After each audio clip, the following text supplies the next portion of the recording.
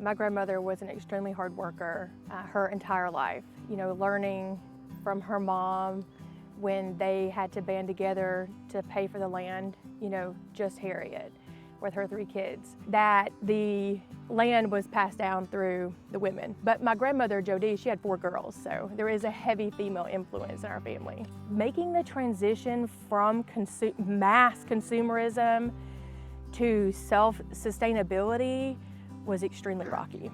I need to be consuming those products that I'm creating. I'm the person that I'm trying to sustain, me and my husband Daniel. I've had animals in the barn on Christmas Day, feeding them with a syringe.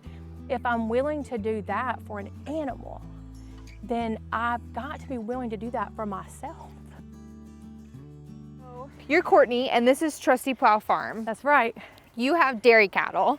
We do. And you were referred to me from Joe at Yonah Mountain, and he said you are the only dairy farmer he would recommend in the area. Oh, well, that's very sweet. So when another farmer says the only recommendation he had, I'm like, hey, I gotta go see that person.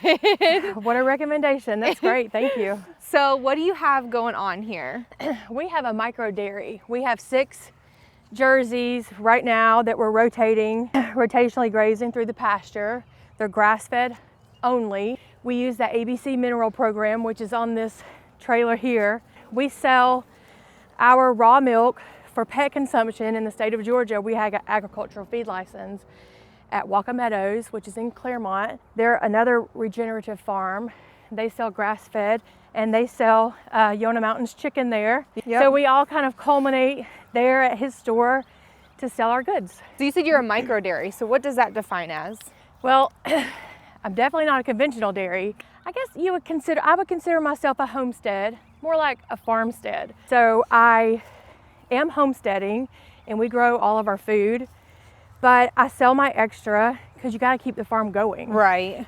And I make enough to cover my feed and a little bit extra depending on what we got going on and what we're selling. And because of the quantity of milk that I have coming in and that I'm able to sell each week, I would consider myself a micro dairy. And we also, we make butter and cheese and buttermilk and things like that.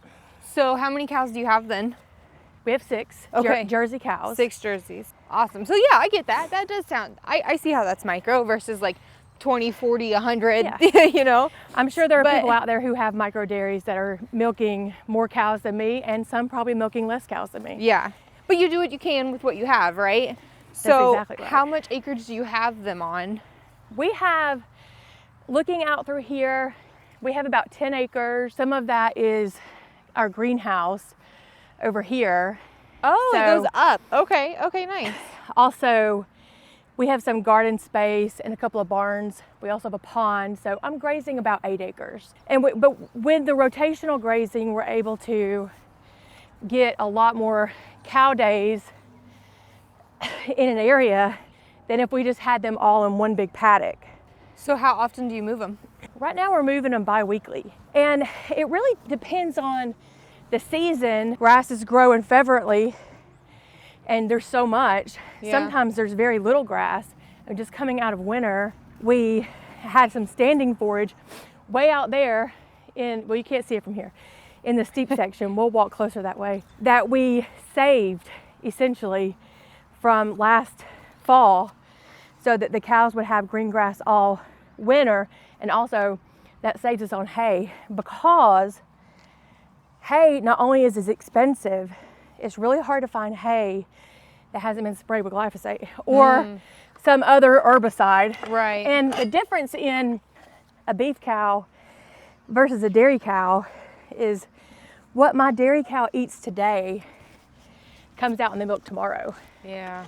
Whereas a beef cow, you would have time. I'm not saying it's a good idea to feed them hay that's been sprayed, but you would have time to help them get rid of that out of their system, to detoxify before you butchered it. But with a dairy cow, there's no time. It's right there.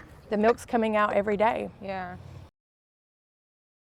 What got you started here? Did you grow up farming? Did you have dairy cows growing up? I didn't, believe it or not. However, my grandmother lived on this property, and her mother too, Okay. And they always had dairy cows. So my great-grandmother, Harriet McClure, and her husband, William, they bought this property here along with all one big 100-acre tract that went all the way back. They bought it in 1930 here in Lumpkin County, and about 10 years after they bought it, William died, leaving her with 3 kids and 100 acres that she had to pay for. Oh no. So they were growing cotton and picking it and selling it. So my great-grandmother Harriet, and her 3 kids, they picked cotton and sold it to make the payment. And it was very hard because as you could imagine, and cotton likes to fail. Yeah. And it was very hard on them. Pick the cotton, and my grandmother Jody, she used to say that her mom would be sweeping the floor in her house saying, "The Lord will provide." And he did, and they were able to make the payment. They sold their cotton every year. And then as Harriet got older, she split the land into 2 tracts, like in the 50s. So my grandmother Jody got 50 acres, and then her brother James A. got 50 acres. So then my grandmother Jody farmed this land with her husband Nathaniel. And they had 4 daughters, and my mom being one of them, and they all farmed here together. Now my grandmother, she was famous for her sweet potatoes. She learned from her mother when times were tough.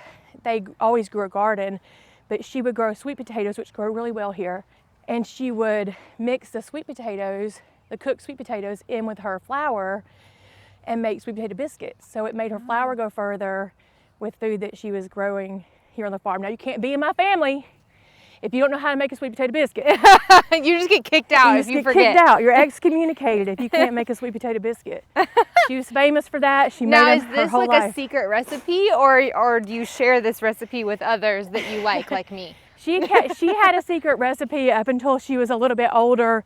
She would bring people over and teach them how to make sweet potato biscuits. She was a really good cook. Toward the end of her life, she separated this land into 3 pieces and deeded it to 3 of her 4 daughters. And then those daughters deeded it to their daughters, which is how I ended up with this piece here. Okay, let's pause for a second, because I grew up in a family full of men.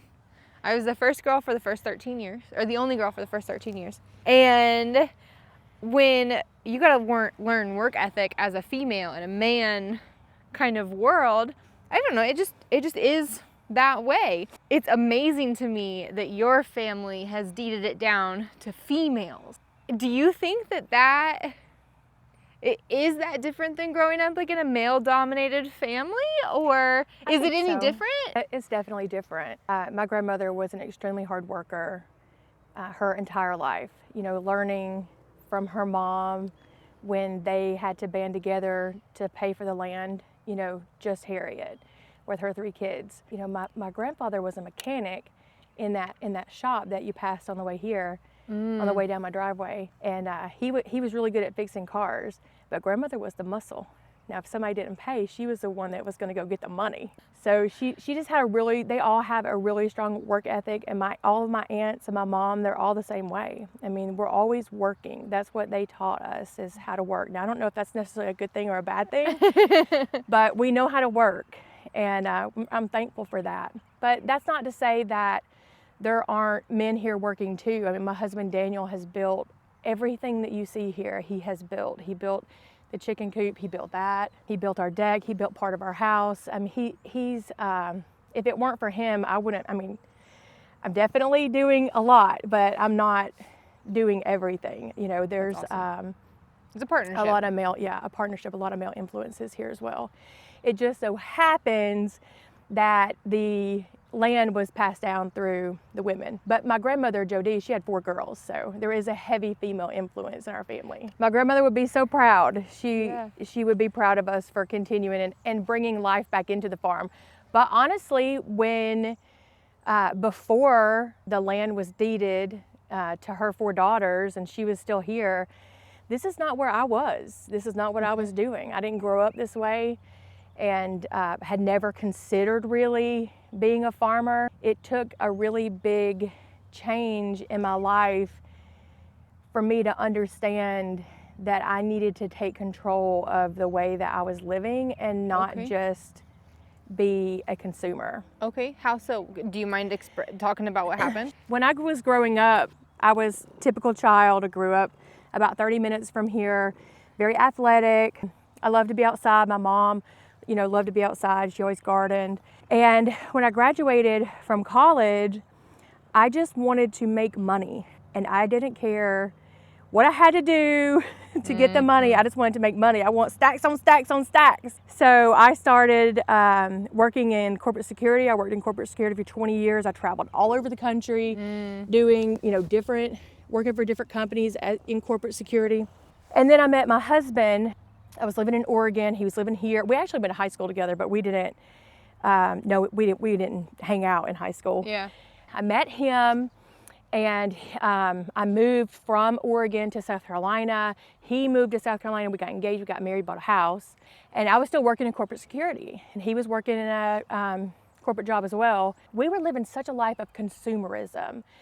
And like I would leave and I would stop at Chick-fil-A on my way to work, and then I would work and I'd drive everywhere, eat snacks in the car, come home, and then we would go out to eat for supper, just very consumer driven. And as a result of that and just the high stress life that I was living, I got sick, really sick.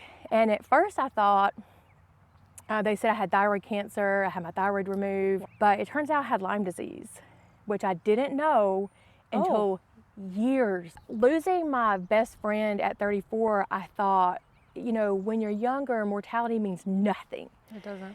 I would jump out of a plane, or it doesn't matter. It was invincible in my mind. But seeing that happen, it was such a wake up call. All of these doors were closing and closing and closing. Our church broke apart while we were living there, and it just felt like we need to get out of here. And where can we go? Like, what can we do? And around that time, all of this was happening here, and the land was being deeded, and my mom was like, why don't you come live here? In this very violent and theatrical way, like in the way that I do everything. I quit my job and sold my house, and my husband left his job, and now we're homeless and jobless at 40 and moved in with my mom. And I'm just like, this is the epitome of success. I have no money, I have no house. What are we going to do? God was opening all of these doors for us. And now looking back, I can see it. It's obvious. Yeah. But at the time, I was just like, pain raining down on me. I couldn't see past the storm to see, what was opening up in front of me. And that's how we ended up here. Was your mom living here? No, she lives, she still lives where I grew up in Lula. But she was very kind to, help us orchestrate this, and we built this house, and we moved here. And still really, it's making the transition from mass consumerism to self-sustainability was extremely rocky. These are all my babies. Now those cows on the other side of the fence, they belong to my neighbor, but they all like to hang out here down in the shade together. They like to just be friends. So you said it was a hard transition. Do you want to talk a little bit about that? What did that transition look like? It was very difficult to learn. At first I thought I need to live like I'm destitute because I had just been, I had a job and I was earning a paycheck, and now there's no paycheck. How can I earn? That was my first thought. I started an egg delivery route. So you got some chickens? Got some chicken. We got 25 chickens, and then before you know it, we had 200. And we built a larger chicken coop on the back of the barn there, and I started an egg delivery route. And I was like, oh yeah, this is it. I'm making good money. And then I would do, like value added product onto the eggs, like vegetables or whatever vegetables I had, or honey, things I would get from other people and mark up and resell, like plants and just things like that, anything on and we had my egg delivery route, and I started doing really well. Yeah.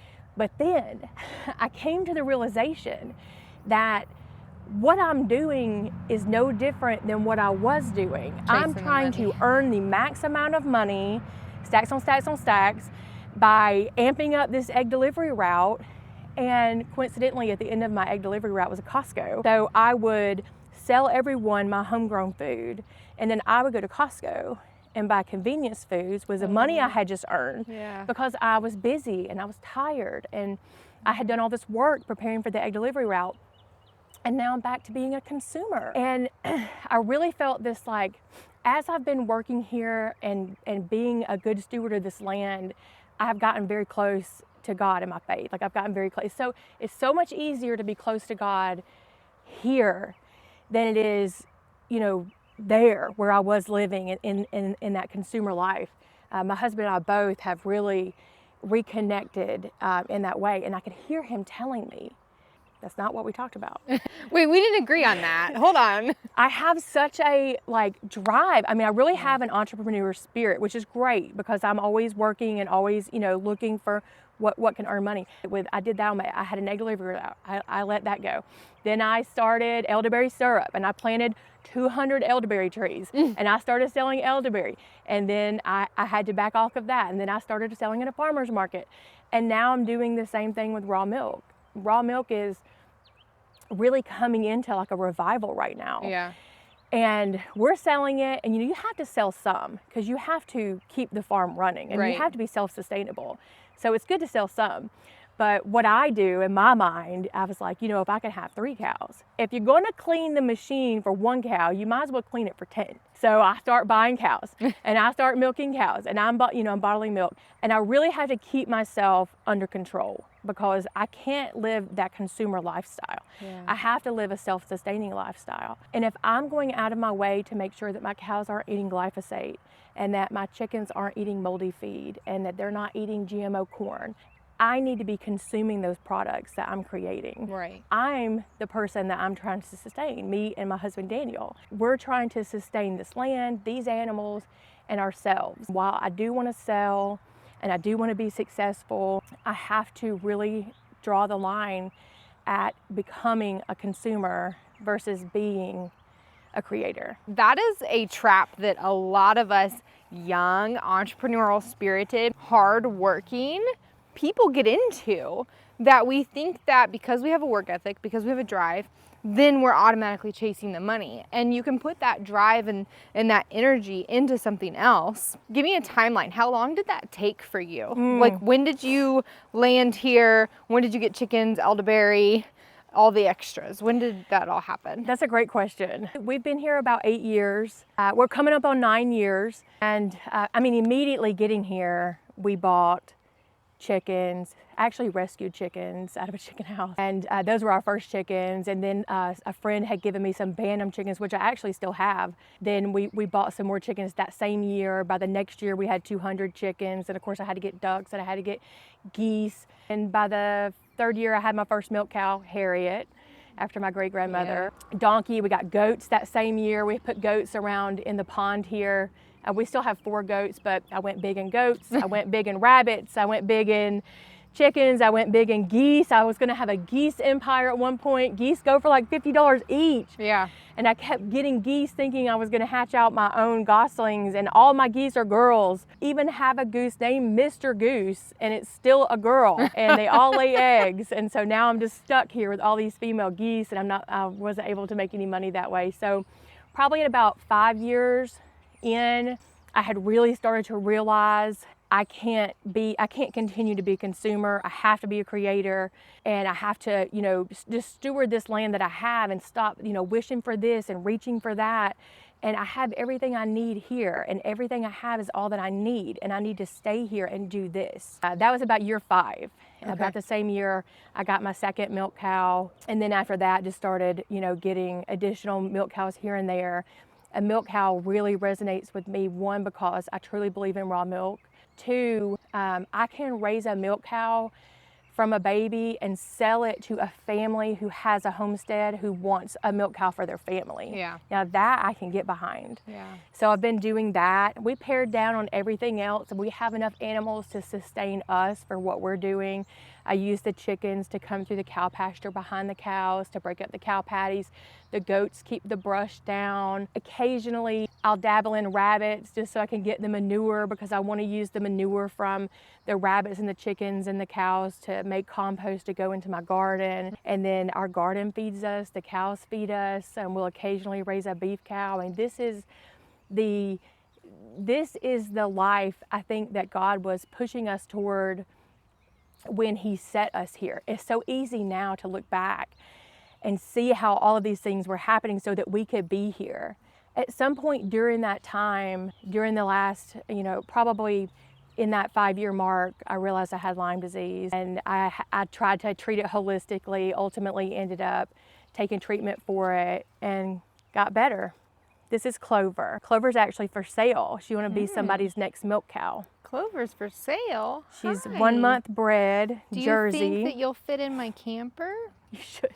You can harness her in your camper and take her with you. We'll just pull a livestock Just trailer sustain behind your us. family on the road. Hi. You don't even have to stop to get food anywhere. Gonna lick on me. You seem to be really aware of how you were spending and just how your mass consumerism was really taking over your life. Even after you're like, I'm gonna go farm, and then you're like, I'm still buying my groceries from Costco. How do you keep yourself in check? Is that like a Post-it note on your mirror kidding. every morning? I that's really like, do. Don't buy Honestly, stuff. I mean, sometimes yes. It's very difficult to have grown up in consumerism and to have been so motivated by money. Really, it's a faith thing. I spend more time with God here, and like I said, I had grown in my faith, and through Him, when you have a close relationship with Jesus, He speaks to you every day, and guides you. And I can feel the intuition that is, letting me know when I'm doing something wrong, letting me know when I'm doing something right, guiding me on my path. That helps a lot. But I'm still a human, and I still want the things. I do have to often, very often, sit down and have a conversation with myself about what I'm doing. And, when I'm tired and I've been working all day, and, if you own a farm of any kind, of any size, it's problem after problem after problem after problem, and problems stacked on top of problems. And that's every day. And so when I get into like the mar of that, and then I have to think I've got to go inside and now make a nourishing meal for us, it's hard. And it'll be a lot easier, to go eat somewhere, or to have Daniel bring something home. In those times, I don't do it perfectly, but it's a labor of love. I'm trying to love myself enough to feed myself nourishing food, because I had pushed myself so hard and done so many detrimental things to my body. And now here I've gotten Lyme disease, and I've had my thyroid removed, and now I need to be taking care of myself much in the same way that you would take care of a baby calf that needed help, and I would do anything for that calf. I'll come out at 3 o'clock in the morning. I've had animals in the barn on Christmas Day, feeding them with a syringe. If I'm willing to do that for an animal, then I've got to be willing to do that for myself.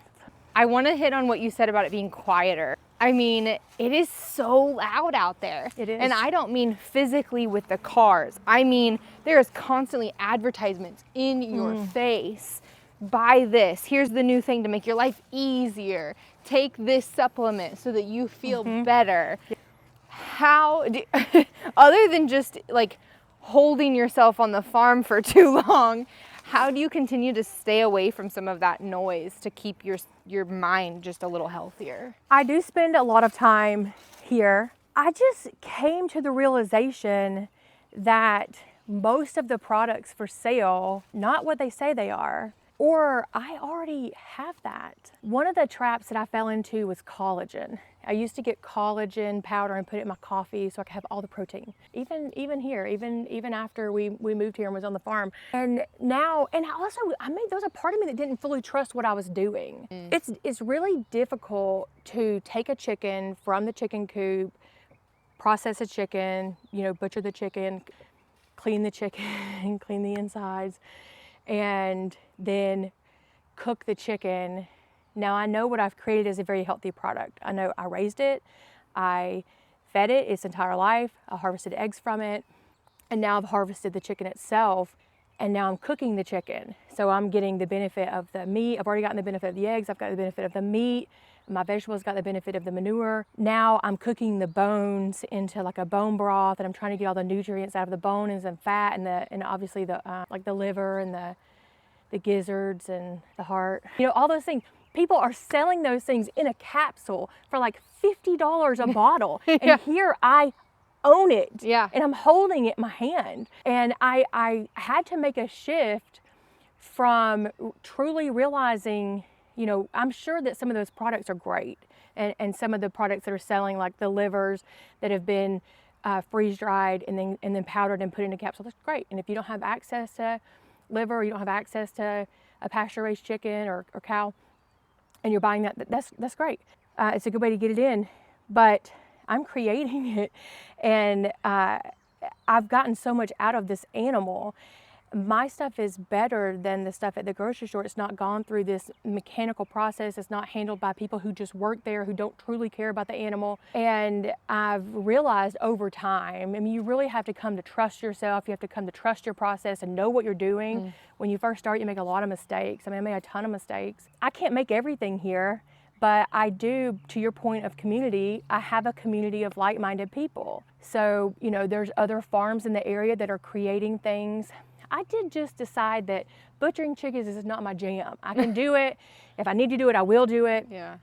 I can do it, especially with my older chickens. You know, I don't want their lives to go to waste, so I will do it. But I'd much rather trade with someone who's butchering chickens and doesn't have a milk cow, so I can trade milk or butter or cheese. Right. And now I have a community of people. I just traded yesterday for some winter greens and some green onions. I've traded for honey. I traded for honey yesterday as well. I trade for sourdough. I trade for sourdough English muffins. I trade my milk with people who are doing other things, and I have created this little community of people, a gang of, and we call ourselves that too, of people who are doing regenerative farming, who are growing organically, who I trust to grow a good product.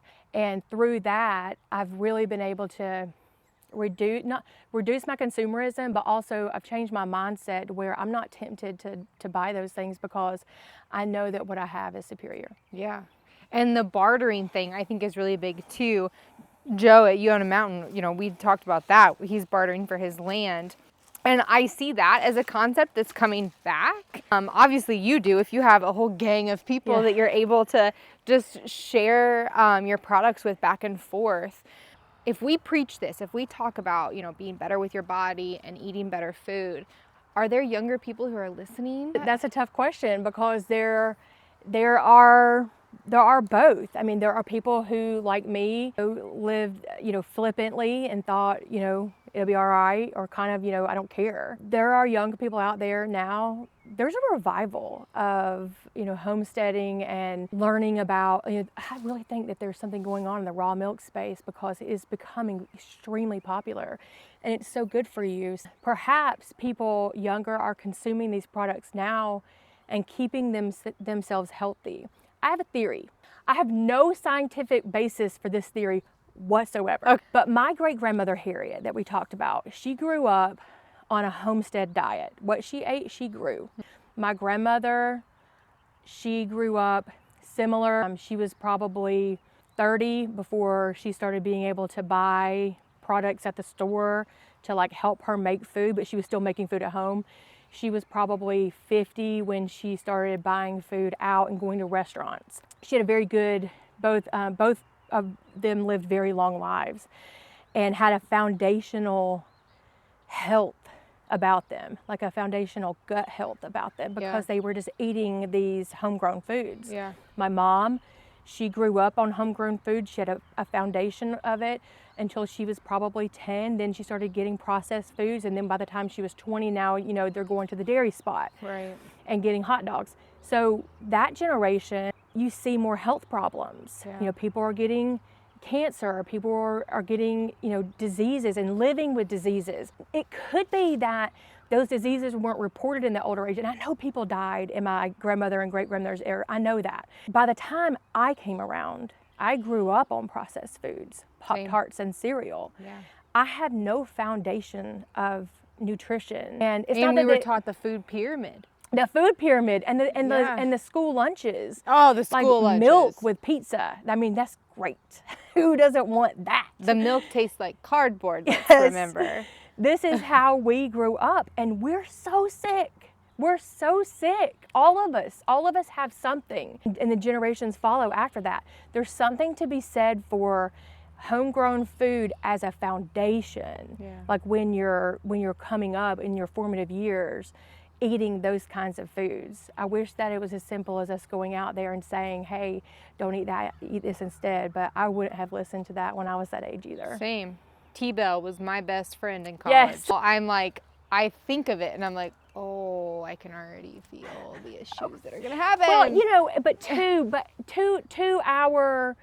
our benefit, food was a little bit different back then than what it is now. I mean, now a lot more foods are allowed into the processed food space. Soybean oil or soybean products in general didn't used to make up most of the processed food groups. Now you'd be hard pressed to find something in the grocery store that doesn't have some type of soy product inside of it. And soy is a big trigger for me because I did lose my thyroid, and I was for 12 years a vegetarian, and all I ate was soy. I mean, just soy tofu and edamame and any kind of food. I used to get a tofurkey for Thanksgiving every year. What's a tofurkey? It's a tofu turkey. It's just as Is it bad just like as it sounds. mushed into the shape of a turkey? Yes, it was. Cool. I would do that every year because I was living this like consumer lifestyle. I never got to come home for Thanksgiving. I worked in retail. We had to work that day. Yeah. So I spent all my Thanksgivings by myself at home with my tofurkey. That's how I spent most of my time. And I paid for it. I've definitely paid the price for, you know, the way that I consumed and behaved when I was living that life. I imagine that having your gang of bartering friends, your bartering gang, let's call it your bartering gang. I love that. We call it the milk cow mafia. That's even better. Okay, having your milk cow mafia with you, I imagine that takes some stress off of you because you're like, look, I am not a chicken processor. It's not my jam, but I'll trade you some milk for a chicken. And then that takes the dollar away from it, and you probably feel less consumer based as well. Is that right? Mm-hmm. And people love to trade too. I mean, if you're going to come, nobody wants to pay $10 for a gallon of milk. But if you're making sourdough and you have a loaf, you know, that's much easier to trade than a cash trade. It's not just product though. We help each other. We need to take time off from time to time. Daniel works a corporate job. Works a corporate job still. He needs to take time off, and so we want to go, you know, on vacation and enjoy ourselves. So I need somebody to run the show while I'm gone, and so we trade. I have people. Someone came over yesterday. I was having a disaster of a day, and people come by and they're like, here, let me get this, let me tote this, let me do this for you. My aunt is 76 years old and she can milk the cow better than I could. And awesome. A big part of my community is my family. I have a large family, but a big part of my community is my family, and then just other regenerative farmers in the area that I've met. It's so nice knowing if I'm in, I don't know why we have so many emergencies, but there's always a water leak somewhere. So there was a water leak yesterday. It's not enough that my milk barn was destroyed. There was a water leak too at the house in front of us. You've had a rough last couple of days. Yeah. But people come in and they're like, here, you know, I know plumbers and I know other farmers, and you know, if I need, you know, if I need like a dewormer, or if I've got something that has worms, I need a dewormer, I know somebody that's got one. I don't need to go all the way to the feed store and buy a big thing of it. How do you find these people? Because I feel like people getting started in homesteading and farming, they're like, yeah, you need a community, but I'm going to move to this place where I don't know anybody, and I'm supposed to have all of these people. That feels very overwhelming. I mean, myself included. My husband and I, when we stop traveling and we find a place to settle down, I know we're going to be in the mountains somewhere. We don't have family out there. How do you find this community? I always wear my brand wherever I go. I have t-shirts. I meet a lot of people at the feed store. I go into the feed store, you know, run my mouth to everybody, laugh way too loud at all my own jokes. The people at the feed store know me. When someone comes in and they're like, hey, you know, I'm looking for this. They're like, oh yeah, call Courtney, and they give them, you know, my number. I've met a lot of people that way. I meet people at church. I meet a lot of people at church. Church is an easy way to get community and to be around people that are going to love you, no matter what, and come help you. My preacher has literally left church and helped me round up cows that were in the road. So, I mean, and he had a cow sorting stick in his truck. It works. What preacher? So welcome to the South. Good. That's a good place to build community. And also, I meet a lot of people on, social media, just, that are in the area, that are following the same people that I'm following, like in the holistic groups. I meet people that way. Plus, I'm just delightful. So I think people just gravitate. You do just have a positive energy about you. I mean, I knew it when we talked on the phone. Thank you. It is very easy to gravitate towards you, for sure. That's all Jesus. It's all Jesus radiating from me. That's awesome. Another thing that I did that I highly recommend is I got in touch with the local university. I've been hearing that a lot. Through the university, I allowed someone to come study groundhogs on our property. We have an inordinate amount of groundhogs here. And I'm a little bit of like a conscientious objector when it comes to varmints on the property. I can't just shoot them. There's no way to harvest that. I guess you could, but I'm not willing to do that. So some biologists came and studied. Through doing that, I met other biologists. They actually become really good customers of mine. They buy eggs from me, they buy elderberry from me. And they've brought other students out here to study different things. In fact, all of this Premier One fencing that we have here, we got from a research student that was researching remineralization of the soil through that ABC mineral program. She came with grant money. She purchased both of those things and did a study here on the property. It worked, by the way. She got really good results. And then left the things here for you. Left the things here. Wow. So I got all the stuff. That's a good way. That was a good way to meet people. Also, not only does it help them, but I'm getting to, it's almost like a ministry. I'm getting to pour into young people and show them, how to be good stewards of the land. We talk about the land, we talk about cows. That it's been a good, and people just show up, and we pray. We're like, send more people to our internship so more people can intern here, because I want the labor, and they want enjoy the it. Experience. They want the research. They always go home with some food, anything that we're harvesting that day. She's done just a really amazing job on her research project here. She sent her sister. We had another girl named Heather. Havila was here. Victoria before that. We just have people coming and going. And my husband's like, how do you get all these people to work for free? And I was like, who wouldn't want to be here doing these things? I'm delightful. That's awesome. Well, it has been absolutely amazing talking with you and getting to know you and your story. I love it here. It's so peaceful, and you really are just delightful. You are like, you just radiate positivity. I can feel it. But thank you so much for having me out. Thank you for coming. And I know it's been a stressful couple of days, and you were timid about taking time aside. So I really appreciate that for talking with me. Thank you so much. I enjoyed it. Thank you so much.